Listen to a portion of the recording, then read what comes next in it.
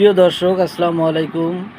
এই গরমে প্রচুর পরিমাণ আমাদেরকে পানি খেতে হবে, অথবা হিট স্ট্রোক থেকে বাঁচতে অবশ্যই বেশি বেশি পানি খাবেন, হাত মুখ ধোবেন মাঝে মাঝে, এবং পুষ্টিকর খাবার খাবেন। আর এই সময় বাচ্চাদের ডায়রিয়া, বড়োদের ডায়রিয়ার সময়, তাই খাবার এবং পানি অবশ্যই সতর্কতার সাথে গ্রহণ করবেন। খাবার ঢেকে রাখবেন যেন মাছির থেকে পরিত্রাণ পায়।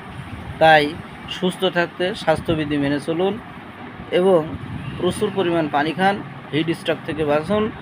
ডাবের পানি খান, শরবত খান, তবে সাদা বরফ দেওয়া শরবত খাবেন না।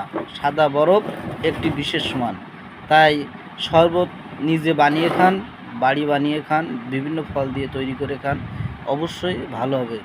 হিট স্ট্রোক থেকে রক্ষা পাওয়ার জন্য রোদে বেরোলে অবশ্যই ছাতি নিয়ে বেরোন এবং এই গরমের তাপমাত্রা যতটুকু এড়িয়ে চলা যায় সেভাবে চলুন। বিনা প্রয়োজনে বাইরে বেরোবেন না। ধন্যবাদ সবাইকে।